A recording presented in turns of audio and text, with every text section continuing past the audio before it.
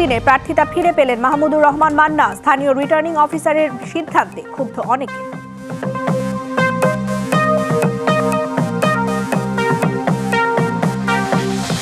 রাষ্ট্রের সব পক্ষের ভোট দেওয়ার সুযোগকে অংশগ্রহণমূলক বলছে ইউ। নির্বাচনের 2 দিন পর প্রতিবেদন দেবে সংস্থাটি।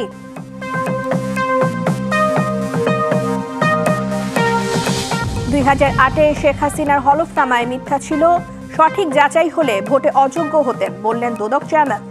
ত্রয়োদশ জাতীয় সংসদ নির্বাচনে দ্বিতীয় দিনের আপিল শুনানিতে 58টি আবেদন বৈধ, 7টি নামঞ্জুর এবং 6টি অপেক্ষমান রাখা হয়েছে। প্রার্থিতা ফিরে পেয়েছেন নাগরিক ঐক্যের মাহমুদুর রহমান মান্না। এদিকে মনোনয়নপত্র ফিরে পেয়ে অনেক প্রার্থী স্থানীয় রিটার্নিং কর্মকর্তাদের সিদ্ধান্তে ক্ষোভ জানিয়েছেন। ত্রয়োদশ জাতীয় নির্বাচনে প্রার্থিতা ফিরে পেতে এরই মধ্যে আবেদন জমা পড়েছে 645টি। প্রতিদিন 70টি করে আবেদন শুনানির জন্য নির্ধারণ করা হয়েছে। রবিবার সকালে নির্বাচন ভবন মিলনায়তনে প্রধান নির্বাচন কমিশনারের সভাপতিত্বে 5 সদস্যের পূর্ণাঙ্গ কমিশন শুনানি শুরু করে। শুনানিতে হলফনামাটি সংশোধন করে আপিল করেছি। আজকের শুনানিতে আমাদের নির্বাচন কমিশনার শুনানির পরে আমাদেরটি বৈধ ঘোষণা করেছে। তারা হওয়ার কারণে হলফনামা অঙ্গীকারনামায় দস্তখত করা হয়েছিল না, এই জন্য বাতিল হয়েছিল। পরবর্তীতে সংশোধন করে আপিল করি, আজকে আল্লাহ রহমতে সেটা বৈধতা পেয়েছে। যতটুকু অবৈধ কারণ ধরেছিল আমার মনে হয়েছিল যে এটা ডিসি স্যারই এটা সমাধান করতে পারত। আপামর জনসাধারণের জন্য আমি আমার সকল প্রচেষ্টা জীবনের শেষ সময়টুকু উজাড় করে দিতে চাই। সবার প্রতি শুভেচ্ছা এবং কৃতজ্ঞতা। শুনানিতে প্রার্থীরা নিজে কেউ বা আইনজীবীকে সাথে নিয়ে আসেন। প্রার্থিতা ফিরে পেয়ে উৎফুল্ল অনেকে। তবে মব সন্ত্রাস বন্ধ করতে না পারলে নির্বাচন সুষ্ঠু না হওয়ার শঙ্কা তাদের। যাচাই বাছাই করা হয় প্রার্থীদের বাদ দেবার জন্য নয়, বরঞ্চ তাদের কোনো ভুল ত্রুটি হলে সেটা সংশোধন করে যাতে তাদেরকে নির্বাচনী প্রক্রিয়ার মধ্যে রাখা যায়। আমাকে বিরোধিতা করবার জন্য যে মবক্রাসি করা হয়েছে, এটা ইল ওমেন এক কথায় খুবই একটা অশুভ ইঙ্গিত। 244টি জায়গায় 43টি জায়গায় আমরা মনোনয়ন দিয়েছিলাম এবং প্রায় সকলেই জমা দিয়েছে এবং আপিলে অনেকে ফিরে পাচ্ছে। আমরা একটা বৃহৎ দলে পরিণত হয়েছি। যদি কেউ পক্ষপাতদুষ্ট আচরণ করে তাহলে তার ক্যারিয়ারে এটা একটা স্টিগমা হবে, এসিআর একটা স্টিগমা হবে। এই ক্ষমতা নির্বাচন কমিশনের আছে। আপিল নিষ্পত্তি শুনানি চলবে 18 জানুয়ারি পর্যন্ত। নির্বাচনী ট্রাইব্যুনালে নিষ্পত্তি না হলে সংক্ষুব্ধরা যেতে পারবেন উচ্চ আদালতে। Tahsina Jesi, DBC news, Dhaka. বাংলাদেশের সব জাতি, গোষ্ঠী এবং পক্ষের ভোট দেওয়ার সুযোগ সৃষ্টিকে অন্তর্ভুক্তিমূলক এবং অংশগ্রহণমূলক নির্বাচন বলছে ইউরোপীয় ইউনিয়ন। নির্বাচনে বিশ্বাসযোগ্য ভোটার উপস্থিতির দিকে ভালোভাবে নজর রাখবে সংস্থাটি। আগামী জাতীয় নির্বাচন সুষ্ঠু হবে বলে আশা ইউরোপীয় ইউনিয়ন নির্বাচন পর্যবেক্ষক দলের। তবে ভোট নিয়ে পারস্পরিক আস্থা এবং সংকট এখনো কাটেনি মনে করে সংস্থাটি। ডিসেম্বরের শেষ ভাগে ঢাকায় এসে ইউরোপীয় ইউনিয়ন নির্বাচন পর্যবেক্ষক দল বিভিন্ন দলের সাথে বৈঠক করে। নির্বাচন কমিশন, সুশীল সমাজ ও সরকারের বিভিন্ন অংশীজনের সাথেও ধারাবাহিক বৈঠক করে তারা। প্রথম আনুষ্ঠানিক সংবাদ সম্মেলনে নিজেদের অভিজ্ঞতা তুলে ধরেন দলের প্রধান ইভার্স ইয়াপস। বলেন, নির্বাচন নিয়ে দলগুলো আশাবাদী, তবে এখনো বিশ্বাসযোগ্যতার অভাব রয়েছে। নির্বাচনের আগে বা পরে সহিংসতা হবে কিনা তা এখনই বলা যাচ্ছে না বলে মত তার। যে দলগুলোর সাথে আলোচনা করেছি তারা সবাই ইতিবাচক মনোভাব দেখিয়েছে। তারা স্বচ্ছতা নিয়ে কথা বলেছে, আইনগত দিক নিয়ে কথা বলেছে, পক্ষপাতিত্বহীন নির্বাচনের কথা বলেছে। তবে কিছু বিশ্বাসযোগ্যতার অভাব এখনো রয়েছে। সহিংসতার বিষয়ে এখন কিছু বলা যাচ্ছে না। তবে আমার অভিব্যক্তি হলো, কর্তৃপক্ষ এ বিষয়ে সজাগ। তারা এই বিষয়টি গুরুত্বের সাথে নেবে বলে আশা করি। অন্তর্ভুক্তিমূলক বলতে আগে ইউরোপিয়ান ইউনিয়ন নির্বাচনের সব দলের অংশগ্রহণ বোঝালেও এখন তাদের সংজ্ঞা কিছুটা পাল্টেছে কেন, সেই প্রশ্নের উত্তর দেন ইভার্স ইয়াপস। অন্তর্ভুক্তিমূলক বলতে আমরা বুঝি সমাজের সব মানুষের অন্তর্ভুক্তি, যেমন নারী, সংখ্যালঘু এবং ক্ষুদ্র জাতিসত্তার মানুষ ভোটে অংশ নিতে পারছে কিনা। ভোটারের সংখ্যা যদি ক্ষতিগ্রস্ত না হয় তাহলে এটা একটি নির্দেশক যে এটি অন্তর্ভুক্তিমূলক নির্বাচন। পরবর্তীতে এটি কি প্রভাব ফেলে তার দিকে। নির্বাচনের 2 দিন পরে প্রাথমিক পর্যবেক্ষণ এবং 2 মাস পরে পূর্ণাঙ্গ প্রতিবেদন দেবে মিশন। ইশরাত জাহান উর্মি, ডিবিসি নিউজ, ঢাকা। জাতীয় পার্টির 3 অংশের প্রার্থীদের মনোনয়নপত্র কেন অবৈধ ঘোষণা করা হবে না তা জানতে চেয়ে রুল জারি করেছেন হাইকোর্ট। 2 সপ্তাহের মধ্যে রুলের জবাব দিতে হবে নির্বাচন কমিশনকে। রিটের প্রাথমিক শুনানি শেষে বিচারপতি রাজিক আল জলিলের নেতৃত্বাধীন বেঞ্চ এই রুল জারি করে। এর আগে 7 জানুয়ারি জাতীয় পার্টিকে নির্বাচন থেকে বিরত রাখতে করা রিটের শুনানি 11 জানুয়ারি পর্যন্ত মুলতবি করে হাইকোর্ট। আর সেই দিন একটি দ্বৈত বেঞ্চে শুনানি শুরু হলে ভারপ্রাপ্ত অ্যাটর্নি জেনারেলের কাছে 10 জানুয়ারি পর্যন্ত প্রার্থিতা বাতিল হওয়া কেউ আপিল করেছে কিনা জানাতে বলে হাইকোর্ট। 2008 সালের নির্বাচনে শেখ হাসিনা সম্পদের যেসব তথ্য হলফনামায় দিয়েছিলেন তাতে মিথ্যা তথ্য ছিল, একথা জানিয়েছেন দুদক চেয়ারম্যান আব্দুল মোমেন। বলেন, তৎকালীন দুদক এবং নির্বাচন কমিশন বিষয়টি যথাযথভাবে যাচাই করলে তিনি ওই নির্বাচনে অংশ নেওয়ার যোগ্যতা হারাতেন। দুদক রিটে কর্মরত সাংবাদিকদের সংগঠন রিপোর্টার্স এগেইনস্ট করাপশনের 22 বছরে পদার্পণ উপলক্ষে এক অনুষ্ঠান শেষে সাংবাদিকদের এসব কথা বলেন দুদক চেয়ারম্যান। জানান, হলফনামায় অপ্রদর্শিত অর্থ বা সম্পদের বিষয়ে দুদকে তাৎক্ষণিকভাবে কিছু করার সুযোগ না থাকলেও নিজ নিজ এখতিয়ার থেকে সম্পদের তথ্য গোপনের বিষয়গুলো খতিয়ে দেখবে দুদক। 2008 সালের নির্বাচনে তৎকালীন প্রধানমন্ত্রী শেখ হাসিনা তিনি সম্পদের যে হলফনামায় যে বিবরণী দিয়েছিলেন এবং বাস্তবে আমরা যে সম্পত্তি পেয়েছি তার মধ্যে ছিল বিস্তর ব্যবধান। সে সময় যদি দুর্নীতি দমন কমিশন এবং নির্বাচন কমিশন সঠিকভাবে কাজ করত তাহলে সেই সময়ই তার এই প্রার্থিতা বাতিল হওয়ার কথা ছিল। আমরা যদি দুর্নীতিবিহীন ব্যক্তিকে নির্বাচিত করে নিয়ে আসতে পারি, যদি তাদের শাসন সুপ্রতিষ্ঠিত হয়, আমাদের বিশ্বাস আগামী দিনগুলিতে বাংলাদেশ ভালো এগিয়ে যাবে।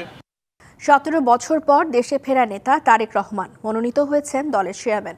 তার নির্বাচনী যাত্রার শুরুটা হচ্ছে সিলেট থেকে। তারেক রহমানের এই সফরকে কেন্দ্র করে উচ্ছ্বসিত সিলেটের বিএনপি নেতাকর্মীরা। বিএনপি রাষ্ট্র ক্ষমতায় গেলে উন্নয়ন কর্মকাণ্ড শাহজালালের পূর্ণভূমি থেকেই শুরু হবে, এমন প্রত্যাশা সবার। দীর্ঘ 17 বছর বঞ্চিত ছিলেন দেশমাতৃকার আলো বাতাসের স্পর্শ থেকে। অবশেষে দেশের মাটি স্পর্শ করলেন, তাও সিলেটে। মা বেগম খালেদা জিয়ার প্রয়াণের পর নিলেন দলের চেয়ারম্যানের দায়িত্ব। এবার সিলেট বিএনপি নেতাকর্মীদের উচ্ছ্বাস একটু বেশি। 22 জানুয়ারি তারেক রহমান সফর করবেন এবং মায়ের দেখানো পথ ধরে হযরত শাহজালাল রহমতুল্লাহি আলাইহির মাজার জিয়ারতের মাধ্যমে শুরু করবেন নির্বাচনী প্রচারণা। বাংলাদেশের ইতিহাসে সবচেয়ে বেশি সমাগম হয়েছে ওনাকে স্বদেশ প্রত্যাবর্তনে। ইনশাল্লাহ উনি যেহেতু নির্বাচনী প্রচারণা আগামী 22 থেকে শুরু করবেন, বিশ্বনাথের সর্বস্তরের মানুষ ওনাকে এই জায়গায় সমর্থন জানাবে, ওনাকে স্বাগত জানাবে। হযরত শাহজালাল হযরত শাহপুরাঙ্গের মাজার জিয়ারত করে নির্বাচনী কার্যক্রম শুরু করবেন। লামাহাজিতে উনি পথসভা করেন, সেজন্য আমরা বিশ্বনাথ বিএমপি পৌর বিএমপি ওনাকে সুস্বাগত জানাই। এই জেলারই জামাতা, তাই তো আবেগের প্রকাশটাও ভিন্ন স্থানীয় ও প্রবাসীদের। তার সফরের মাধ্যমে সিলেটের উন্নয়ন নতুন মাত্রা পাবে বলেও প্রত্যাশা সকলের। চেয়ারম্যানের দায়িত্ব পাইছেন তারেক রহমান সাহেব, আমরা খুব আনন্দিত। উই কংগ্রাচুলেট হিম। জামাই আমাদের খুব আনন্দ লাগে, দলের প্রধান হইয়া সিলেটের শাহজালাল মাজার জিয়ারত করিয়া নির্বাচনী প্রচারণা শুরু করবা, তাই জন্য আমরা খুব আনন্দিত। সিলেট থেকে যেহেতু নির্বাচনী প্রচারণা শুরু করেছেন, উন্নয়নের কর্মকাণ্ডগুলোও আমাদের সিলেট থেকে শুরু হোক, এটাই আমাদের প্রত্যাশা। আমাদের দেশনায়ক তারেক রহমান আজকে উনি নতুনভাবে চেয়ারম্যান নিযুক্ত হয়েছেন। উনি যেন সুস্থ এবং সুন্দরভাবে সন্ত্রাসমুক্ত দুর্নীতিমুক্ত একটা বাংলাদেশ গড়ে তোলেন। নেতারাও প্রস্তুত দলীয় প্রধানকে বরণ করে নিতে। বেগম জিয়ার বিদায়ের শোককে শক্তিতে পরিণত করে দেশ সেবায় সরকার গঠন করবে বিএনপি, এমন প্রত্যাশা নেতাদের। আমাদের ম্যাডামের সুখকে আমরা সেই শক্তিতে আমরা পরিণত করব এবং আমরা বিশ্বাস করি আগামী ফেব্রুয়ারির নির্বাচন এই সুখ কাটিয়ে আমরা শক্তিতে পরিণত করে জনগণের ম্যান্ডেট নিয়ে এই বিএনপি সরকার গঠন করবে, তারেক রহমান প্রধানমন্ত্রী হবেন, এটা আমাদের বিশ্বাস। হযরত শাহজালাল ও শাহপুরানের মাজার জিয়ারতের পাশাপাশি বেশ কিছু সভায় যোগদানের কথা রয়েছে বিএনপি চেয়ারম্যানের। প্রত্যুষ তালুকদার, ডিবিসি নিউজ, সিলেট। সাবেক প্রধানমন্ত্রী শেখ হাসিনা এবং সাবেক স্বরাষ্ট্রমন্ত্রী আসাদুজ্জামান খান কামালের আমৃত্যু সাজার পরিবর্তে ফাঁসি চেয়ে আপিল বিভাগে করা আবেদনের সারসংক্ষেপ প্রস্তুত করা হয়েছে। 2-1 দিনের মধ্যে শুনানির দিনক্ষণ ঠিক করার আবেদন করবে রাষ্ট্রপক্ষ, এমনটাই জানিয়েছে প্রসিকিউশন। এছাড়া জয় এবং পলকের মানবতা বিরোধী অপরাধের মামলায় অভিযোগ গঠনের বিষয়ে রাষ্ট্রপক্ষের শুনানি শেষ হয়েছে। বৃহস্পতিবার আইনি অবস্থান তুলে ধরবে আসামিপক্ষ। জুলাই গণ অভ্যুত্থানের সময় সংগঠিত মানবতা বিরোধী অপরাধের মামলায় গত 17 নভেম্বর রায় ঘোষণা করে আন্তর্জাতিক অপরাধ ট্রাইব্যুনাল 1। ওই রায়ে ক্ষমতাচ্যুত প্রধানমন্ত্রী শেখ হাসিনা ও সাবেক স্বরাষ্ট্রমন্ত্রী আসাদুজ্জামান খান কামালকে উস্কানির অভিযোগে আমৃত্যু কারাদণ্ড দেয়া হয়। পূর্ণাঙ্গ রায় প্রকাশের পর ওই অভিযোগে দুজনের ফাঁসির সাজা চেয়ে আপিল করে রাষ্ট্রপক্ষ। রবিবার ওই আপিলের সবশেষ অগ্রগতি জানায় প্রসিকিউশন। আমরা এটাকে ফিক্স করার জন্য একটা অ্যাপ্লিকেশন দিব কাল অথবা পরশুদিনের মধ্যে, যেটা চেম্বার জজে আমরা যাব। চেম্বার জজে শুনানির পরে এটি চলে যাবে ফুল কোর্টে। ফুল কোর্টের মাননীয় প্রধান বিচারপতির সমন্বয়ে যে বেঞ্চ, ওনারা সিদ্ধান্ত নেবেন যে এটা কবে শুনানি করবেন। এদিন শেখ হাসিনার উপদেষ্টা সজীব ওয়াজেদ জয় ও আইসিটি প্রতিমন্ত্রী জুনায়েদ আহমেদ পলকের বিরুদ্ধে ইন্টারনেট ব্ল্যাকআউট সহ জুলাই আগস্টের হত্যাযজ্ঞের করা মামলায় অভিযোগ গঠনের আবেদন করে রাষ্ট্রপক্ষ। সজীব আহমেদ ওয়াজেদ জয়ের উল্লেখ করে উনি বলছেন, যখন মা বলেন সিগন্যাল ইয়েস তখন ওপেন, যখন বলবে নো তখন ব্লক, এই বন্ধ।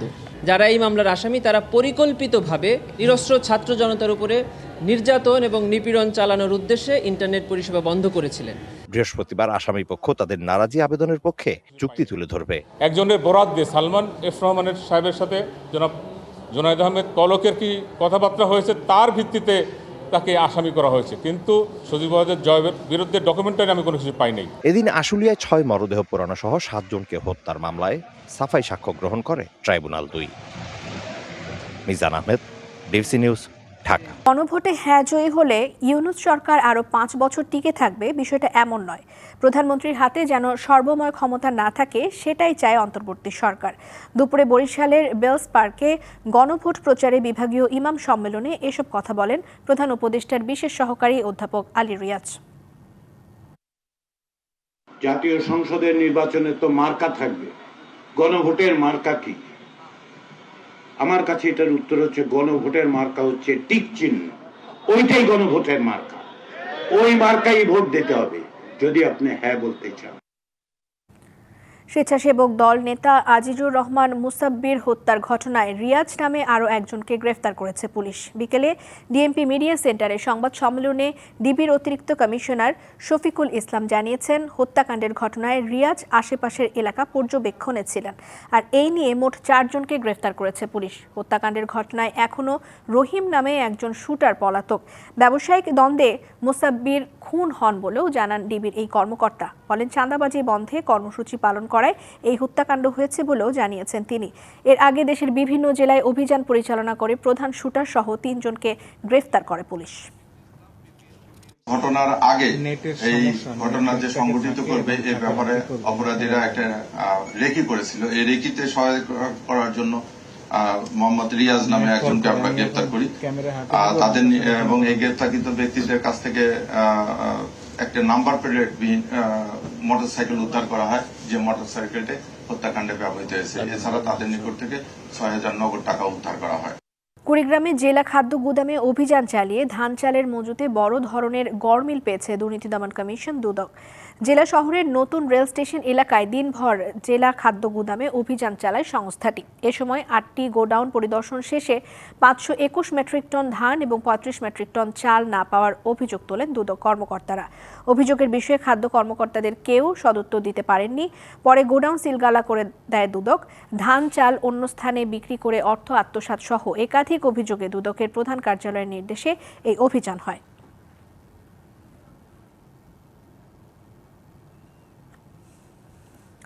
পঞ্চগড়ে ইনকিলাব মঞ্চের মুখপাত্র ওসমান হাদি হত্যার বিচারের দাবিতে বিক্ষোভ এবং মানববন্ধন হয়েছে। এ সময় বিক্ষোভকারীরা সড়ক অবরোধ করলে আইন শৃঙ্খলা বাহিনীর সদস্যরা লাঠিচার্জে 10 জনকে আহত করে। দুপুরে ঘটে এই ঘটনা। বাংলাদেশপন্থী শিক্ষার্থীদের ব্যানারে পঞ্চগড় মকবুলার রহমান সরকারি কলেজ হতে একটি বিক্ষোভ মিছিল বের করে শিক্ষার্থীরা। শহরের চৌরঙ্গি মোড় এলাকায় সংক্ষিপ্ত মানববন্ধন শেষে তারা পঞ্চগড় ঢাকা মহাসড়কের করতোয়া সেতুর প্রবেশ মুখে অবরোধ করে। এতে মহাসড়কের দুই পাশে দীর্ঘ যানজট তৈরি হয়। এ সময় আইনশৃঙ্খলা বাহিনী তাদের সরানোর চেষ্টা করলে ধস্তাধস্তি শুরু হয়। এক পর্যায়ে লাঠিচার্জ করে শিক্ষার্থীদের সরিয়ে দেওয়া হয়। সাহসিকতার প্রশংসায় ভাসছেন মাদারীপুরের ডাকাত দলকে ধাওয়া দেয়া বাড়ির মালিক মনিরুজ্জামান রাজা খালাসি।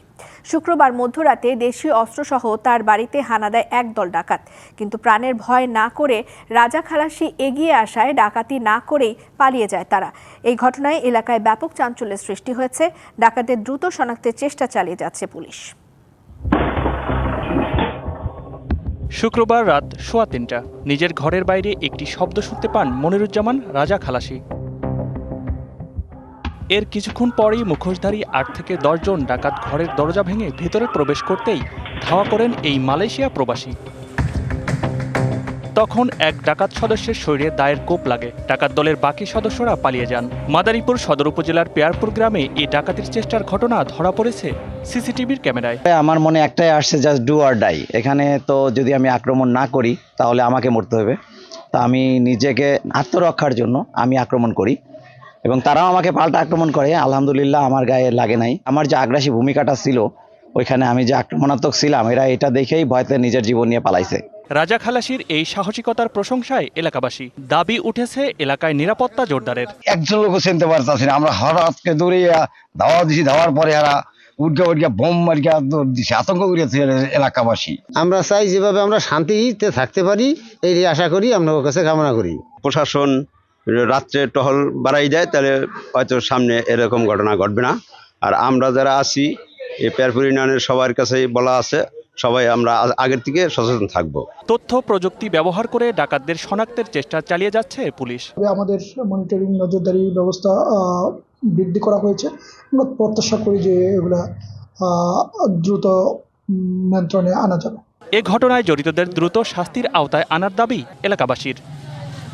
DBC news desk. সংবাদে এই ছিল এখনকার মতো। ডিবিসি নিউজের সংবাদগুলো পড়তে ভিজিট করুন dbcnews.tv আর ভিজিট করুন ডিবিসি নিউজের ফেসবুক পেজ এবং ইউটিউব চ্যানেল। ডিবিসির সঙ্গেই থাকুন।